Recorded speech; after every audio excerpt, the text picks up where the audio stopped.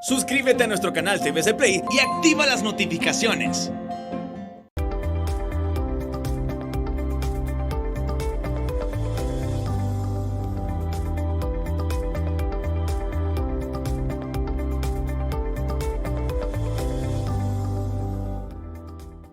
Buenas noches, bienvenidos al Banquillo, gracias por acompañarnos. Esta es la última entrega del 2020, un año difícil para Honduras y el mundo. La pandemia nos ocupó en gran parte de las emisiones a lo largo de este año, pero hubo también espacio para conversar con diferentes personalidades que nos hablaron de retos, de cambios, de expectativas, de país en medio de la crisis que se ha vivido. En este primer segmento de recuerdo de lo que nos ha dejado este año, nos permitirá escuchar a líderes políticos sobre temas del acontecer nacional. Les vamos a dejar fragmentos de las exposiciones que tuvieron aquí en el programa Manuel Zelaya Rosales, Mauricio Oliva Herrera, Xiomara Castro de Zelaya y Eval Díaz. ¿Qué piensa de lo que ha dicho su paisano y también es gobernante de Honduras, Porfirio Lobo Sosa, que se va a unir a la oposición? ¿Ha hablado con él? ¿Le ha abierto las puertas de libre? ¿Cuál es su visión, don Manuel? Él lo dijo en los medios. Él es agricultor igual que yo. Nada más que Pepe siembra mucho más, siembra 10 veces lo que siembro yo. Pero nosotros sembramos maíz, sembramos plátanos, sembramos sandía, sembramos frijoles, sembramos hortalizas, sembramos café y tenemos todo ese cultivo, nada más que en una menor dimensión que Pepe, porque su familia se ha dedicado más a ese trabajo, sus hijos. En ese sentido tengo mucha afinidad con desde Olancho. Competimos en la presidencia de la República, acuérdese, él por el Partido Nacional, presidente del Congreso, y tu servidor como oposición, Partido Liberal. Costó 22 días que me reconociera, pero al final me reconoció el triunfo del liberalismo, y soy solidario con lo que le ha pasado específicamente con su esposa, con Rosita y con su hijo. Soy solidario con Pepe, y si Pepe decide, como él lo ha manifestado ahí en sus Twitter, algunos Twitter de él yo les he dado retweet, porque me parecen sumamente importantes, de un expresidente de la República que se exprese de esa forma. Cuando dice aquí hay que cambiar al gobierno, y yo estoy dispuesto a irme en la oposición a las calles para cambiar este gobierno. Entonces, eso es como una forma contundente, y aquí tiene, por lo menos de parte nuestra, abiertas las puertas para Porfirio Lobo para construir durante, eso es 2021, no es 2020. 2020 estamos en elecciones internas y primarias. Si le abrirían algún cargo de elección popular, si da esa posibilidad, le ofrecerían espacio libre. Pepe es popular en Olancho. Pepe fue el que le dio sus votos a Reinaldito Sánchez. Reinaldito nunca me pudo ganar en Olancho. Yo vine del exilio, como él mismo me lo dijo una vez.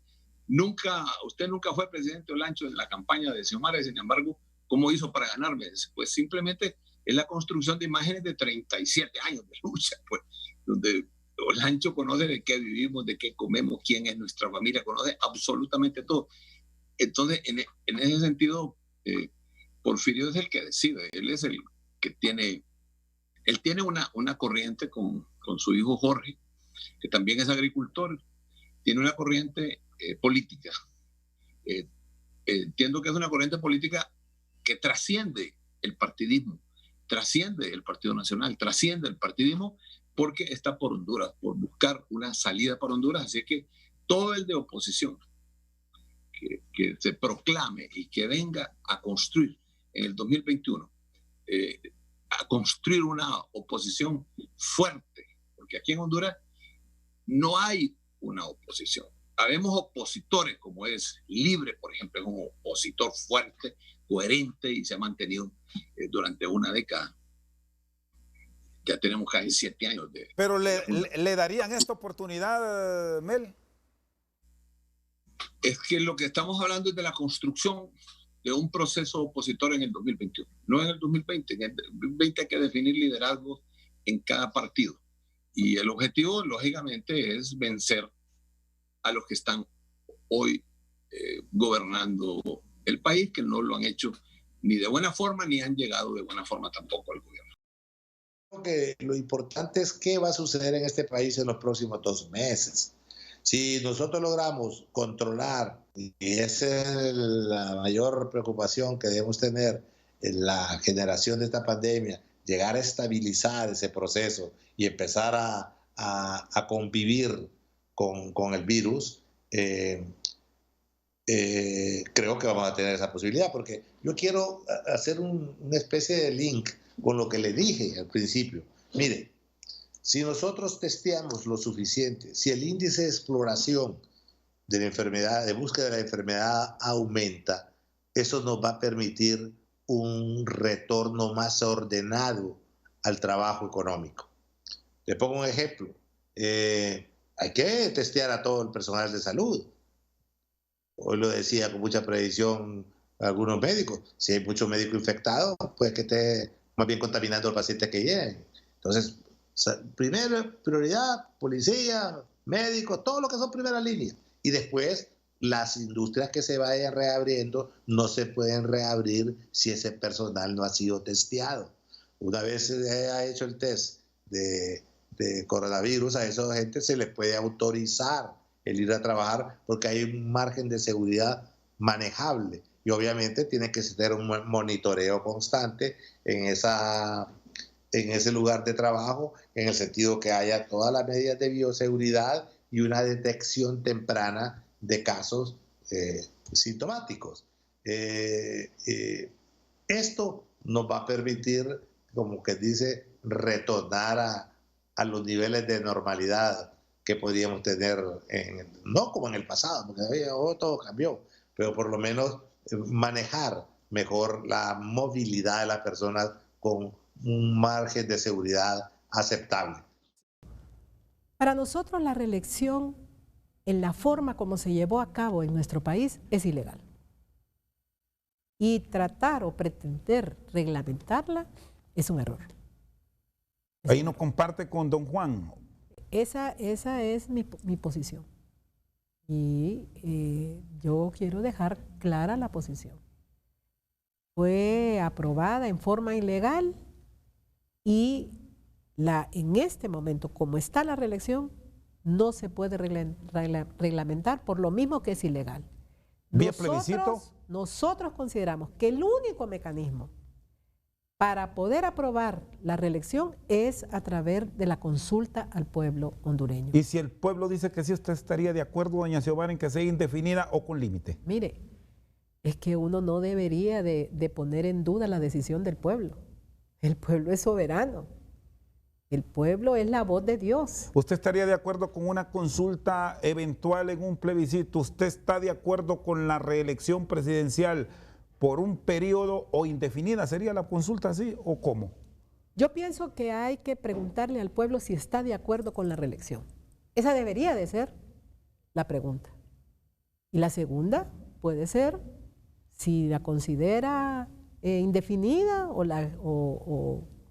la quiere reglamentar. Esa debería ser otras preguntas. Pero la primera pregunta que hay que hacer es si el pueblo está de acuerdo con la reelección. ¿Qué opinión le merece la propuesta de segunda vuelta que se está manejando, que incluso el Ejecutivo a través del presidente dijo que se debe entrar a discutir en el Congreso? Mire, yo a Juan Orlando, yo dudo de todo lo que él dice. No le creo absolutamente nada. Es un mictómano. Y eso el pueblo está totalmente claro y sabe perfectamente de que su característica es la mentira. El Partido Nacional no está de acuerdo con la segunda vuelta. ¿Qué pasó? ¿Y qué es lo que el coordinador de Libre está proponiendo? Dice, bueno, está bien, no quiere la segunda vuelta. Entonces, asumamos que esta elección primaria debe de ser la primera vuelta. Y el candidato, la candidata, el partido que saque la mayor cantidad de votos, que sea el candidato de una posible alianza o una posible unidad. Hay quienes piensan que no se renovó con la MASIC porque tenían miedo a investigaciones, a que siguieran procesos en el marco de una serie de investigaciones que ya se han presentado y otras que venían, abogado. ¿Pesó eso? Mire, hay 10.000 argumentos, ¿verdad? Pero la verdad es que nuestra posición fue un nuevo convenio y no logramos consensuar en el tiempo adecuado un nuevo convenio. Nosotros partimos con la OEA de establecer mesas de trabajo para construir un nuevo convenio. Y ellos se sentaron con esa advertencia o con ese conocimiento de que no estábamos ahí para renovar. Es decir, desde un principio que ustedes se sientan, que se nombran las comisiones por el Ejecutivo hondureño y el secretario general Almagro, tiene claro que el convenio como estaba no iba más, que había que haber cambios. Así es, porque el convenio como terminó, como finalizó, tenía mucha resistencia de parte de dos poderes del Estado. Y para tener un sistema anticorrupción es imprescindible, a nuestro entender, que cuente con el concurso de ambos poderes del Estado. ¿Y cómo recibió el Ejecutivo las posiciones de muchos sectores de la sociedad hondureña, la empresa privada a través de comunicados de acuerdo que continuara, el CNA, cámaras de comercio, la misma Iglesia Católica, le sumo pronunciamientos incluso de los cooperantes, el subsecretario de los Estados Unidos para el hemisferio occidental, políticos estadounidenses, congresistas, en fin, para plantearle esa petición de continuidad de un sector, abogado Díaz? Mire, nosotros tenemos la responsabilidad de actuar de tal manera que haya esa complementariedad entre los tres poderes del Estado. Así lo dice la Constitución. Que los tres poderes del Estado forman el gobierno de la República y son complementarios. A mí me llamó poderosamente la atención el menosprecio a nuestro sistema de gobierno de algunas personas. Cuando nos dijeron lo que dijo la Sala Constitucional o el Poder Judicial para nosotros no tiene ninguna validez. Y yo argumenté y ahí me sentí un poco ofendido como hondureño. Bueno, para usted puede ser que no, pero para los hondureños y dentro de Honduras, un fallo de la Sala Constitucional, guste o no, es un instrumento que tiene validez y que debe ser acatado y debe ser cumplido. Guste o no guste. Lo mismo dijeron del Congreso Nacional. Puede ser que el Congreso Nacional emita leyes que no nos gusten a algunos sectores, a algunas personas, pero para eso existen los remedios, que es los procedimientos de ataque a esa norma ante la misma Sala Constitucional, denunciando de inconstitucional, ya sea por el fondo o por la forma de esa ley. Y si es constitucional en fondo y forma, hay una ley que fue tomada en una decisión política que no va de acuerdo a mis ideales políticos, pero ya lo que me queda es la arena política. Ya lo que me queda es el recurso de que en las próximas elecciones yo voy a apoyar o voy a votar en este u otro sentido. Ese es los parámetros de la democracia. Pero si en una negociación lo que diga el legislativo y lo que diga el Poder Judicial no tiene validez, no me parece que sea una negociación respetuosa. Bueno, estos eran los puntos de vista de políticos de nuestro país sobre temas relacionados con las dificultades que hemos atravesado y los cambios en este 2020. Hacemos una pausa y luego revisamos temas sanitarios que fueron de primer abordaje durante este 2020. Ya volvemos.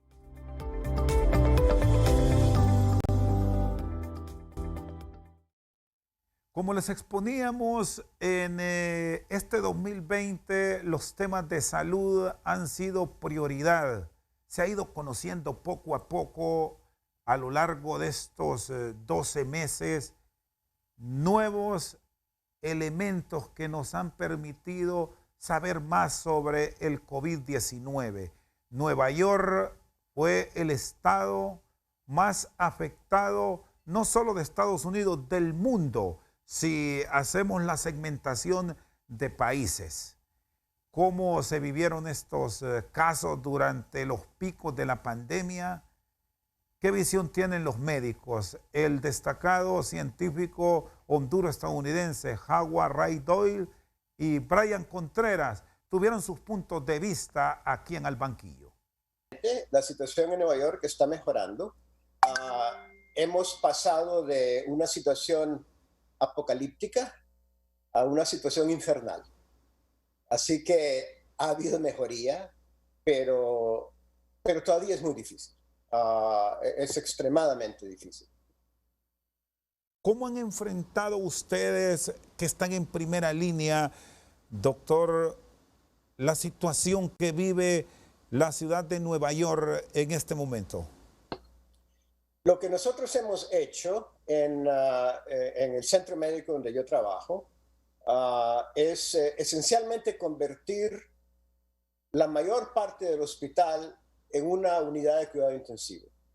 Tenemos las unidades de cuidado intensivo que teníamos antes de esta crisis y hemos organizado sobre la marcha en un periodo de 2 semanas la creación de unidades de cuidado intensivo en los pisos, donde se atendían los pacientes en forma regular.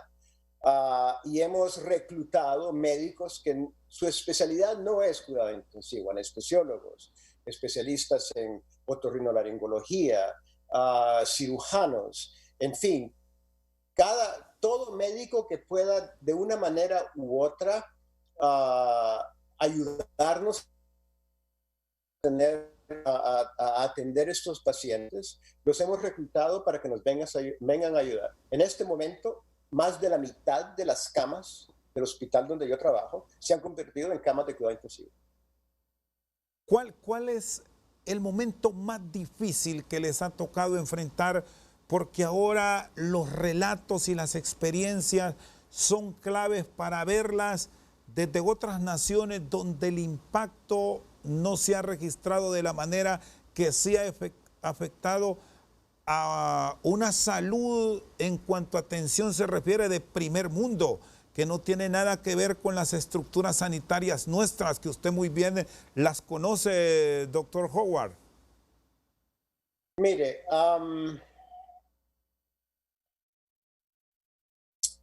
déjeme le cuento una historia. ¿Cuál ha sido el momento más difícil para mí? El momento más difícil para mí fue cuando tuve que llamar a una mujer para decirle que iba a trasladar a su madre de mi unidad de cuidado intensivo al piso. Que la iba a trasladar todavía con el ventilador, todavía necesitando diálisis, todavía necesitando medicina para mantenerle la presión arterial. Y la razón por la cual yo había tomado esa decisión es porque era mi opinión profesional que su madre no iba a sobrevivir. Y nosotros teníamos la obligación de darle la cama que su madre estaba ocupando en ese momento a otro paciente, un paciente que tuviera más probabilidades de sobrevivir. Así se lo dije muy honestamente. Y ella lo entendió, la hija lo entendió. Porque todos sabemos en Nueva York que estamos pasando por una crisis sin precedente, por lo menos en la memoria de las personas que están vivas. Y yo transferí a esa mujer al piso y la mañana siguiente un colega mío me dijo que Él había estado en el piso donde yo había trasladado a esa paciente, estaba intubando de emergencia a otro paciente y cuando él estaba en medio de la intubación, una enfermera vino y dijo que la paciente en el cuarto siguiente estaba muerta. Era la paciente que yo transferí el día anterior. Ese ha sido el momento más difícil de mi carrera. Y momentos como ese los estamos viviendo todos los días. Estamos teniendo que decidir a quién tratar, porque no tenemos los recursos para tratar a todos. ¿Cómo las están manejando ahora? ¿Qué experiencias puede compartir con nosotros? Sobre todo por que en nuestros países se confía mucho a la aplicación del hisopado, la prueba PCR en tiempo real, pero son economías pobres. Es un examen caro en comparación a otras pruebas que ustedes han aplicado en Estados Unidos, doctor Contreras. Bueno, como le digo, aquí en el hospital de Dieter Hospital en Texas, nosotros usamos el hisopado, como usted menciona, el PCR. Es muy común en la nariz cuando se presentan con síntomas. Sé que también hay el examen de sangre para ver los anticuerpos, pero eso ya es una vez que uno haya contraído la enfermedad, le puede decir si tuvo la enfermedad o no. Pero yo creo que lo más importante en países como Ecuador, como Honduras, es los síntomas. Si el paciente comienza a tener síntomas, tiene que uno actuar, no quedarse en casa, sino ir al doctor, ir al hospital, pedir ayuda y comenzar a tratar con medicamentos o supportive si necesitan oxígeno. Yo creo que eso es lo mejor que pueden hacer. Las pruebas de antígenos, ¿qué tan efectivas son para darnos esa certeza en caso de aplicarnos la misma si estamos positivos o negativos, doctor Contreras? Bueno, como le digo, todas estas pruebas se han visto aquí en Texas, hemos visto que tienen la posibilidad de tener resultados positivos que son falsos, a lo mismo que resultados negativos que son falsos. Entonces, la verdad que hay como un 40-50%. Es difícil realmente basarse solo en una prueba. Yo creo que, como le digo, lo más importante es los síntomas, cómo el paciente está evolucionando. Para empezar, el protocolo Catracho, como le digo, nosotros en el protocolo Catracho atacamos a varias ramas que este virus ataca y las complicaciones. Entonces, nosotros empezamos con los antiinflamatorios de colchicina, dexametasona, les damos también ivermectina, anticoagulante, como le mencioné, para prevenir la trombosis, que es una complicación muy común y que mata a las personas. Y de ahí les damos un antiviral y oxígeno. Lo más importante es oxígeno de high flow, si lo necesitan. Y lo más importante es también poner al paciente boca abajo.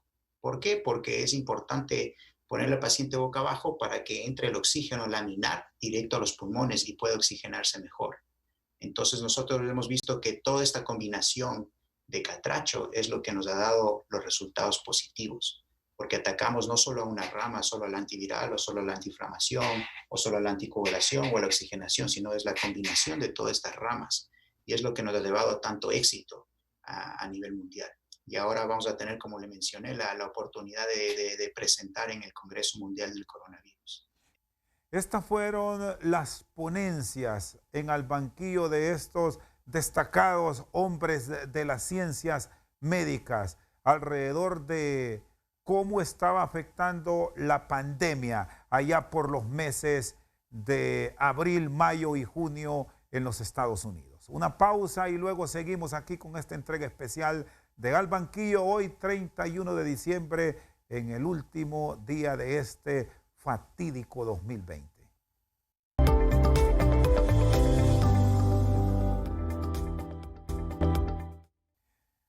El sector privado en Honduras fue duramente afectado, primero por el confinamiento y luego los desastres que ocasionaron las tormentas tropicales ETA y OTA. Vamos a escuchar en esta presentación los puntos de vista de la empresa privada alrededor de esta crisis que se ha vivido en este año. ¿Qué nos deja?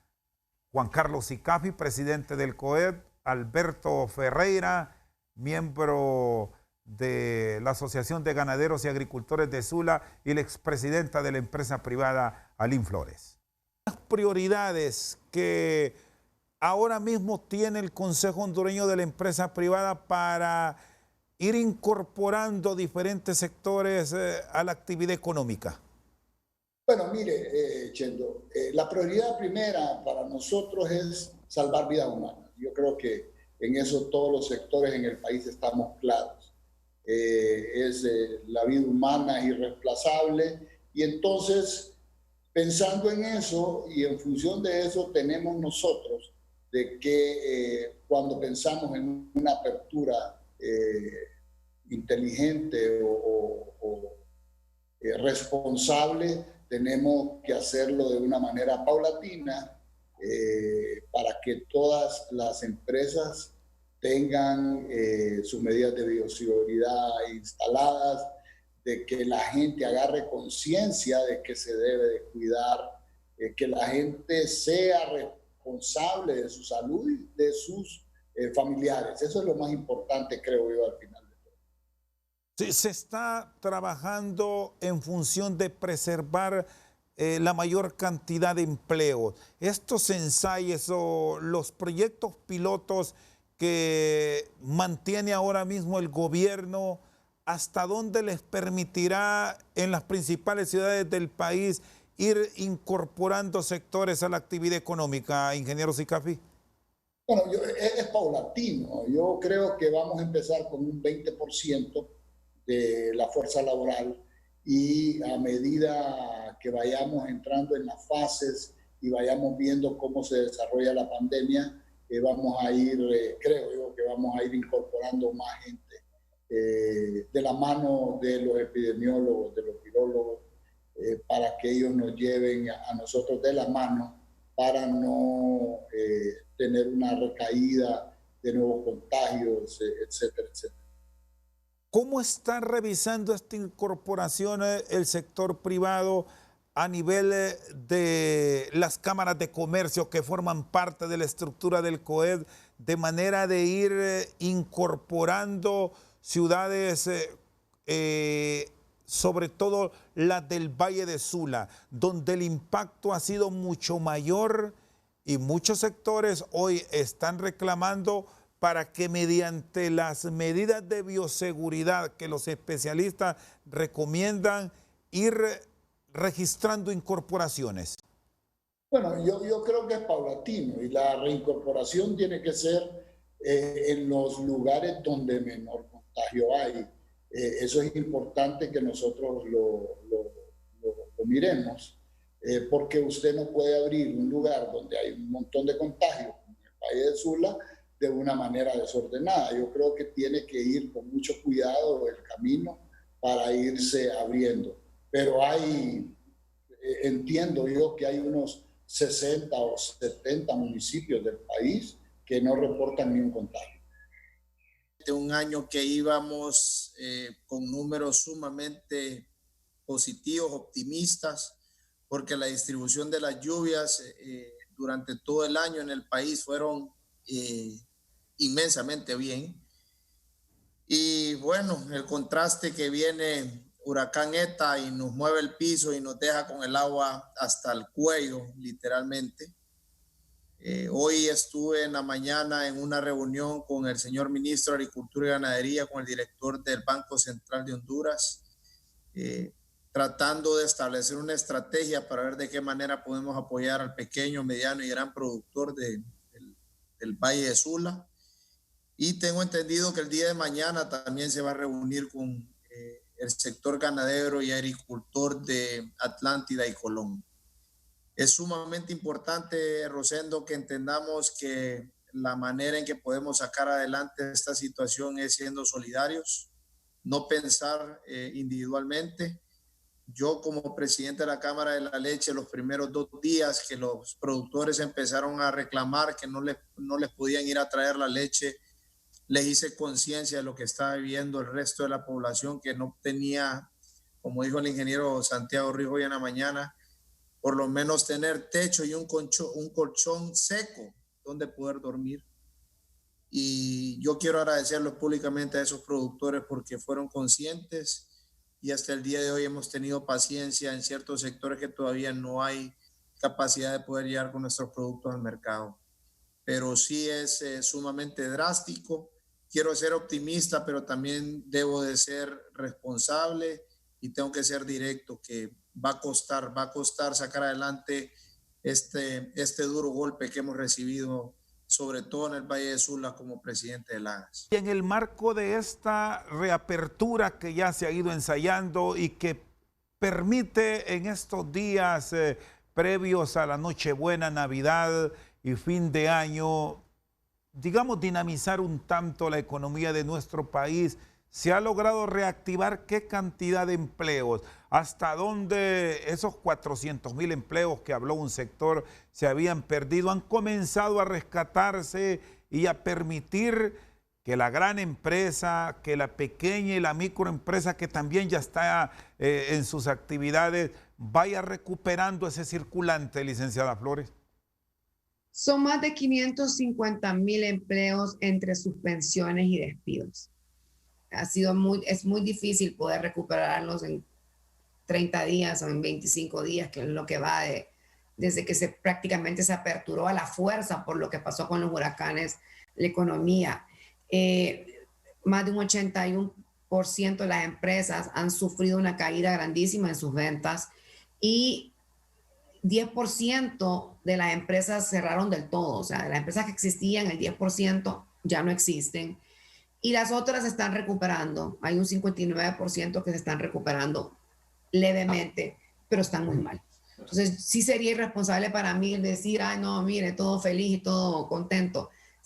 No, es muy duro, porque ahorita lo que se ha podido recuperar es el comercio.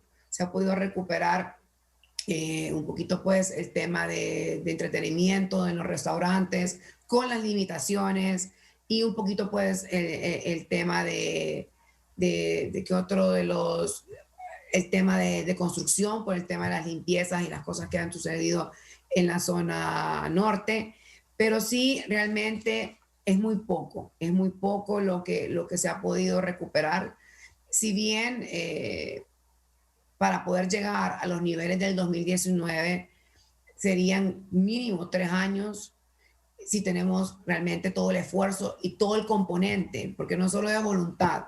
Como yo le decía, es importante que el gobierno nos deje trabajar. O sea, este no es el momento de estar inventando en nuevas leyes o nuevas limitaciones o cualquier otro tipo de impuesto que lo que pueda ser más perjudicial que lo que hemos vivido en los últimos meses. Y es que hay esa intención, se está improvisando aún en medio de esta crisis, se les están presentando obstáculos por esto que usted me plantea.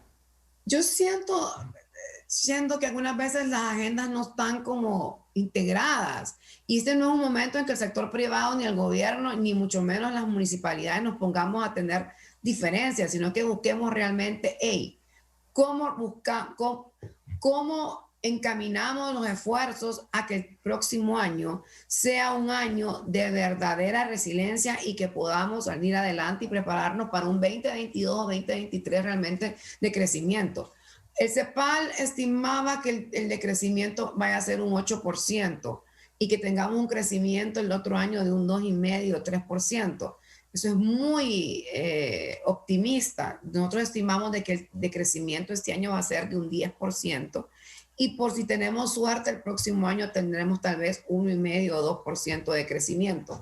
Entonces es ahí donde necesitamos un gobierno dinámico que tenga un enfoque real sobre cómo le ayudo a mi gente, a esta población a salir adelante y a retomar ese empleo. Entonces es un momento crítico porque también estamos en una negociación de salario mínimo, Chendo.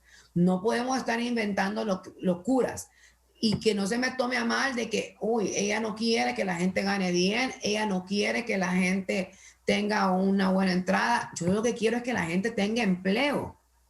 Como le digo, aquí el comercio está afectado la industria, está afectada la agroindustria, problemas en la construcción, el turismo fuera de todo contexto. O sea, el 90% de las industrias están afectadas y las que han logrado trabajar están teniendo un descenso en sus ventas, en sus exportaciones o importaciones. O sea, aquí es donde yo les digo, y aquí me estoy tomando una atribución porque ni siquiera es un personal de todos los años que me tocó sentarme a negociar salario mínimo, o los diferentes años en que me tocó presidenta del COEP. Esto no es una conversación sí que formal de parte con el presidente SICAFI, ¿no? Más que todo es algo muy personal mío que yo aquí lo voy a manifestar, es de que realmente el sector privado nunca antes había estado tan propositivo y había buscado sacar adelante el país. Tenemos que buscar soluciones en conjunto y muy posible que este no sea el momento de una revisión del salario mínimo. Podemos posponerlo para junio, así como se hizo en la época del Mitch, y sentarnos y evaluar cómo está la situación en junio, o si no, hacerlo hasta noviembre del otro año.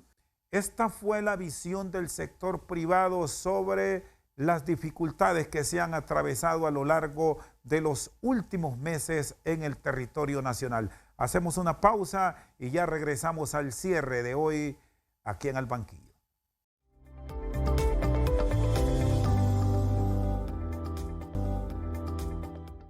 Muchas fueron las experiencias durante este año atípico para Honduras y el mundo. Consultamos a nivel de Centroamérica con la empresa privada cómo estaban enfrentando la crisis. Don Roberto Ardón, presidente de los empresarios de Guatemala, nos dio sus puntos de vista. Igual en Costa Rica, Álvaro Sáenz. Más allá de esto, también abordamos temas relacionados con la migración, que tiene una enorme repercusión en la economía de nuestro país. Tania Silva nos dio sus puntos de vista y cerramos con uno de los ciudadanos de mayor prestigio, no de Honduras, del mundo, con sus mensajes y sus diálogos siempre enriquecedores. Su eminencia, el cardenal Óscar Andrés Rodríguez, con quien cerramos este programa especial de hoy, 31 de diciembre, aquí con ustedes. Y en principio me gustaría que nos ampliara sobre el incentivo a la micro y pequeña empresa, que es de lejos uno de los sectores más golpeados a nivel de los países de la región centroamericana. Revisamos casos de Honduras y asustan. Igual pasa en el resto de las naciones, abogado. Sí, yo dividiría mi primera respuesta en dos. La primera es las medidas que asumió el sector público para apoyar a las pequeñas y medianas empresas, que es un fondo que se aprobó por una cantidad importante de recursos para que a través de el Crédito Hipotecario Nacional, que es una banca público-privada, pudiera ofrecer créditos blandos y de largo plazo a las pequeñas y medianas empresas. El concepto es un concepto interesante. Creo que el mecanismo que se aprobó en el país probablemente no fue el mejor.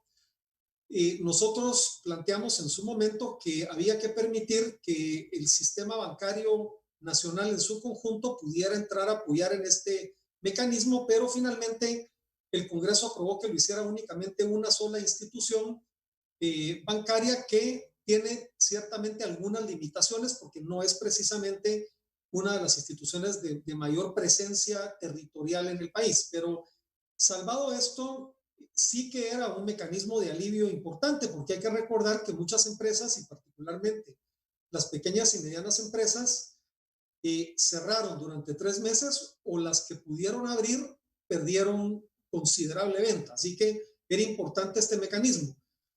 Hoy todavía los números de cuánto se ha aprovechado ese fondo preocupan, porque en nuestra opinión pudiera realmente haberse hecho de manera más expedita para que las pequeñas y medianas empresas pudieran haber accedido mejor, pero el mecanismo está, y creo que es un tema que tendrá que ver con la mejora de la eficiencia. Ahora bien, la segunda parte es la propuesta que el CACIF hizo al país sobre reactivación económica. porque ahí estamos tocando temas precisamente de la pequeña y mediana empresa, temas que son transversales, como por ejemplo, en Guatemala existe un impuesto que se llama el impuesto de solidaridad, que nació como un impuesto temporal, pero que se quedó para eterna memoria. Es un impuesto que sigue todavía aplicándose a las empresas y que es un impuesto antitécnico y antieconómico. Digo esto porque es un impuesto que no va dirigido a la solvencia de las empresas o a las ganancias, sino a sus activos. Y una empresa probablemente puede tener activos, pero estar literalmente suspendida en sus operaciones y su obligación tributaria continúa. Entonces nosotros estamos proponiendo en el plan de reactivación que se elimine este impuesto para tratar de que las empresas puedan capitalizarse. Eso sería lo primero. Lo segundo, dentro del conjunto de 27 medidas, de las cuales ahora voy a hablar en más detalle, también hablamos de que el Estado tiene proveedores que son pequeñas y medianas empresas. Es decir, empresas que le surten servicios y productos al Estado. Nosotros planteamos que es importante que haya una política pública para que hayan desembolsos rápidos y con prioridad a las pequeñas y medianas empresas. Entonces, acá nos está diciendo que se dejen de pagar obligaciones que se tienen, que lo tiene que hacer el Estado con todos, pero ahí donde ya legalmente pueda hacerse y de manera transparente, agilizar los pagos de proveeduría. Hoy nos acompaña directamente desde San José, Costa Rica, el presidente de la empresa privada de Costa Rica, el ingeniero Álvaro Sanz Saborío. Un gusto saludarlo, ingeniero. Gracias por estar con nosotros a través de TSI al Banquillo y compartir esas experiencias de la empresa privada de Costa Rica durante esta pandemia. ¿Cómo se ha enfrentado la misma y de qué manera ustedes, los empresarios, han tratado de mantener a flote la economía de esta nación hermana? Un fuerte abrazo. Gracias por acompañarnos, ingeniero. No, muchas gracias a usted por la entrevista y un placer hablar con su cadena y a través de ella pues dar nuestro aporte a los empresarios hondureños. Nosotros enfrentamos esta pandemia desde 4 puntos de vista. La primera fue la parte sanitaria, la segunda fue la parte económica, que impactó posteriormente y sigue impactando. La tercera es la parte social, porque al causar la desaceleración económica causada por la reclusión, pues también causa un severo problema social de desempleo, pobreza, desesperanza, sobre todo. Y finalmente hemos dicho que en algunos países podría llegar a causar una crisis política importante. Entonces, ve, la sanitaria, la económica, la social y la política. Al principio, en la Unión de Cámaras, empezamos a tratar de entender cómo se comportaba la transmisión de este virus, no desde el punto de vista médico, ¿verdad?, sino desde el punto de vista que inhibía el trabajo de las personas, la posibilidad de movimiento. Y identificamos de marzo la necesidad, revisando bibliografía a nivel mundial, de 3 factores. 4 factores. Una era el uso fuerte de limpieza, alcohol, detergente para eliminar la posibilidad de virus y bacterias en cualquier sitio que estuvieran, en las oficinas, en los buses, etc. La segunda fue el uso del distanciamiento social para que la gente pues no se le acerque a otra gente demasiado y se evite el contagio como cualquier gripe, además, ¿verdad? La tercera fue el uso de mascarillas, ¿verdad? También, para también protegernos de eso. Y la cuarta es, recomendamos al gobierno hacer un testeo masivo georreferenciado, de modo que pudiéramos tener una huella de la pandemia en los lugares del país donde se fuera extendiendo y se pudieran hacer cierres regionales, no nacionales, porque el cierre implica un deterioro económico importante, ¿verdad? Entonces hay que tener cuidado en eso. Entonces, después de eso, hicimos un documento que se llama Coexistiendo con el Virus, que es un balance entre vivir con el virus y poder realizar actividades económicas, ¿verdad? Básicamente lo que se conoce como el martillo y el baile. Y eso creo que el gobierno lo ha ido siguiendo poco a poco para que podamos esas 5 recomendaciones en la mejor forma posible mantener la economía un poco a flote, ¿verdad? Y no arruinarnos, porque también lo hemos dicho repetidamente, podemos cerrar para evitar muertos y saturación del sistema médico, pero hay que acordarse una cosa, el deterioro social, económico, crea pobreza, y la pobreza literalmente mata gente, mata personas, ¿verdad? Por muchas formas, el hambre, la desesperanza, las tragedias, y además los sistemas de salud no son capaces porque reciben menos ingresos de los contribuyentes, de mantener las enfermedades normalmente que se atienden en los hospitales públicos bajo control. Entonces, una emergencia que antes era atendida rápidamente, de ahora puede causar una muerte, o por ejemplo, la gente que está en quimioterapia no puede atenderse. Entonces, eso también causa severos problemas. Entonces, se atendieron, es la parte sanitaria. Después, la parte de las 4 fases que le conté antes, la parte económica, los bancos extendieron líneas de crédito, ayudaron a posponer pagos, en algunos casos intereses. El gobierno sacrificó una parte importante de sus ingresos haciendo una posposición de pagos de impuestos y pagos diferidos. De los inmigrantes, la comunidad inmigrante, al igual que el resto de la comunidad estadounidense, ha sido afectada por esta pandemia. Vemos particularmente en los tiempos de procesos e igualmente en las audiencias de las cortes de migración, que sí ha afectado grandemente a la comunidad inmigrante. Y actualmente ya la economía, vemos que la agencia de migración ha dicho que dentro de un par de meses se irá a quiebra. Y por ende van a aumentar los precios ahora en las solicitudes de migración. Entonces, definitivamente está afectando a la comunidad inmigrante fuertemente. Gracias a Dios, muchos miembros de esta comunidad trabajan en muchos campos que se consideran esenciales. Entonces, aunque algunos o muchos no han perdido sus empleos, sí ven sus procesos de migración estancados por el momento, porque pues las oficinas de migración están varadas.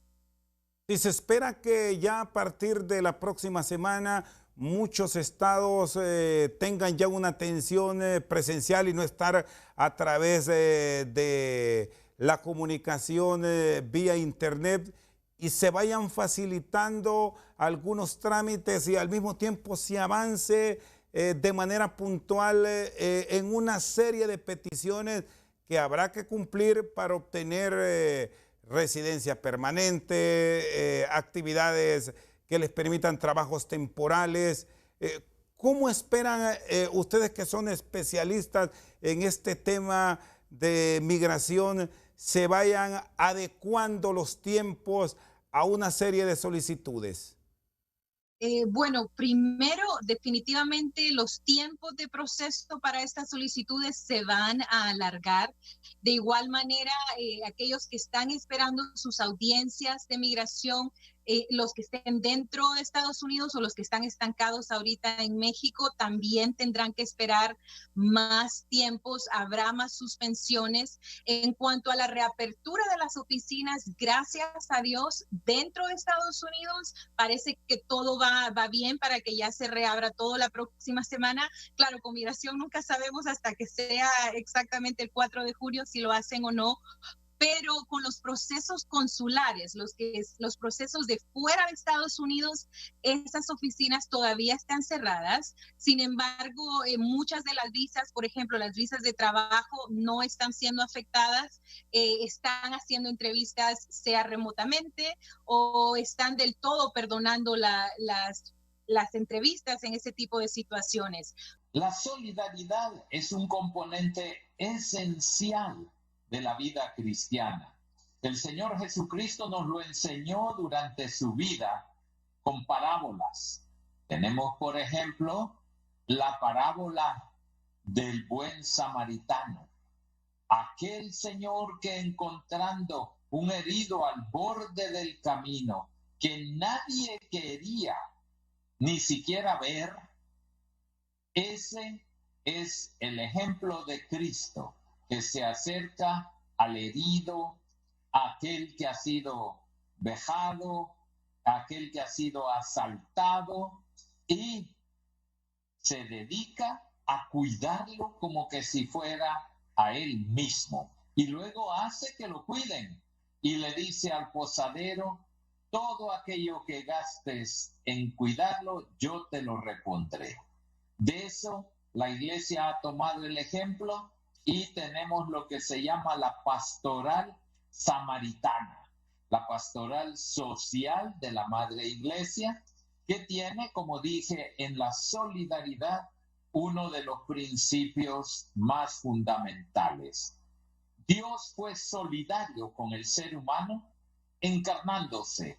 Jesucristo el Señor es la mayor muestra de una solidaridad de un Dios que, siendo eterno, entra en el tiempo para salvarnos.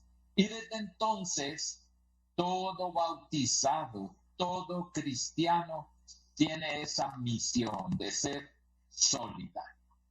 Bueno, estamos cerrando esta noche al banquillo. Es una entrega especial que nos ha permitido recordar algunas de las entrevistas que llevamos hasta sus hogares con una modalidad que nos adaptó la pandemia.